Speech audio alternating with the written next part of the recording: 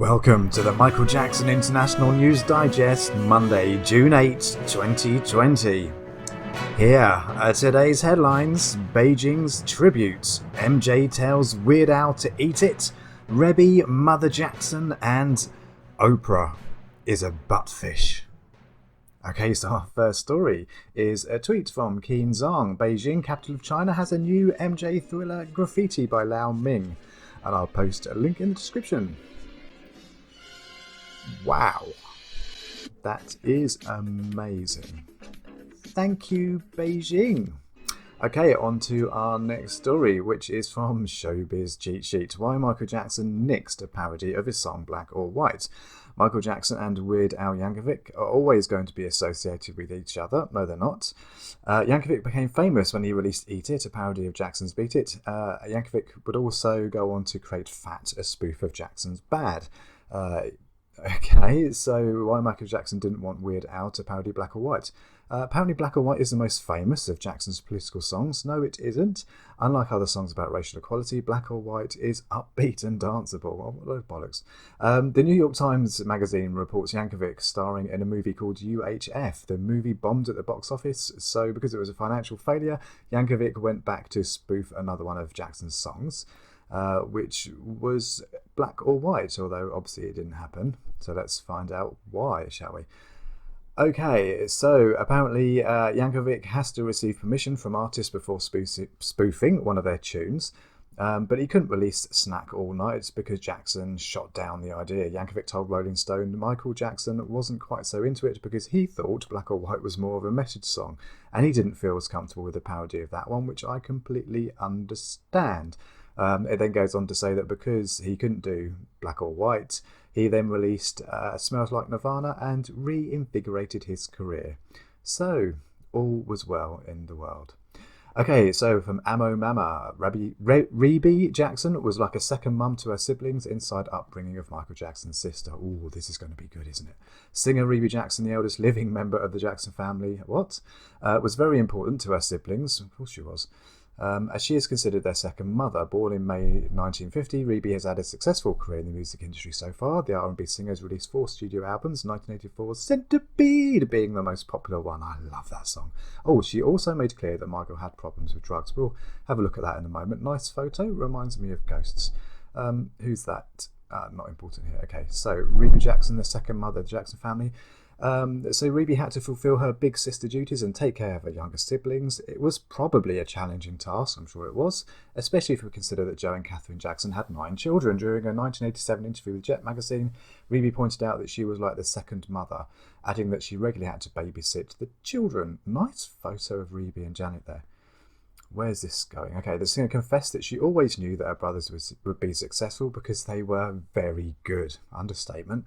However, she never expected them to be as famous and influential as they became. Rebbie says, "I'm just really excited, elated, and really grateful to society, especially for fans." Rebbie also admitted being proud of her siblings and that they inspired her to pursue a career in the music industry. As per Michael's personality as a kid, she confessed that he used to be a little rough, rambunctious and unpredictable, and that he was very close to Marlon, and apparently Janet used to like ice cream and bread with mayonnaise. Don't we all? Rebbie's reaction after Michael Jackson's death. In a more recent interview with the New York Post, the singer pointed out that since Catherine decided to go back to school and leave her, the eldest member of the Jackson family also opened up about what she did following Michael Jackson's death, revealing that she thought about him the way that he was as a child. And there's a nice photo there with Catherine at Janet's Metamorphosis.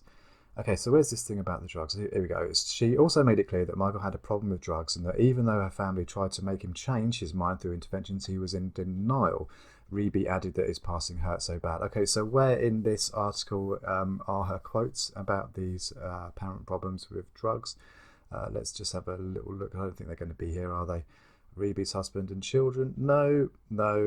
So this was just a clickbaity article, which I wish I had never clicked on. Okay, so this is a tweet from And Justice for Some, Siggy for President, taken from Taj Jackson's recent live on YouTube, where he was joined by Siggy and Toya Jackson. And Siggy had some interesting things to say about Oprah. Is that, I'm gonna say it like this. What the hell is your pride at as a black woman? What the hell is your pride at as a woman in general? To stand up as a black woman who's gone through this business to sit there and be suckerfish. You ain't nothing but a straight up buttfish, man. Looking out for the dollar. No, because all she's worried about is money. And that's the sad thing. As a minority, as a person, I'm gonna say as a black woman, you should have more fucking pride for yourself. You should have more pride as who you are. Let me add to that. And she's not whitewashed. She's just a sad excuse for a human being. Let me add to this. That's what she is. Who got lucky?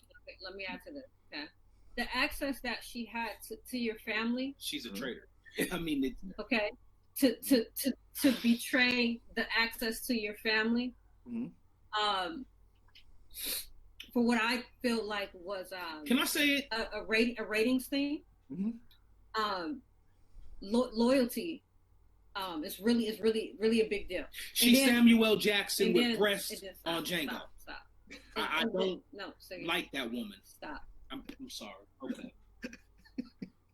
Y'all getting the real from us today. Yeah, they saying it. She's a traitor.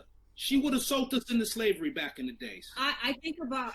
That's how I feel about it. You know, I think about when she fell on stage. I was laughing. Stop. And then you guys both know as having lost. I felt she should have fell on her head. See, this is what I feel. Here is our YouTube recommendation of the day. This is from Jack Reacts. He's reacted to Michael Jackson's "Who's Loving You" with the Jackson 5. And again, I will post a link to the full video in the description. Jack, and this is Jack Reacts, and today, y'all, we have another very highly requested video. Today, we got Michael Jackson, "Who's Loving You," and this is live. I believe it is at the Ed Sullivan Show. Her finger pain. I stepped up to her and I said,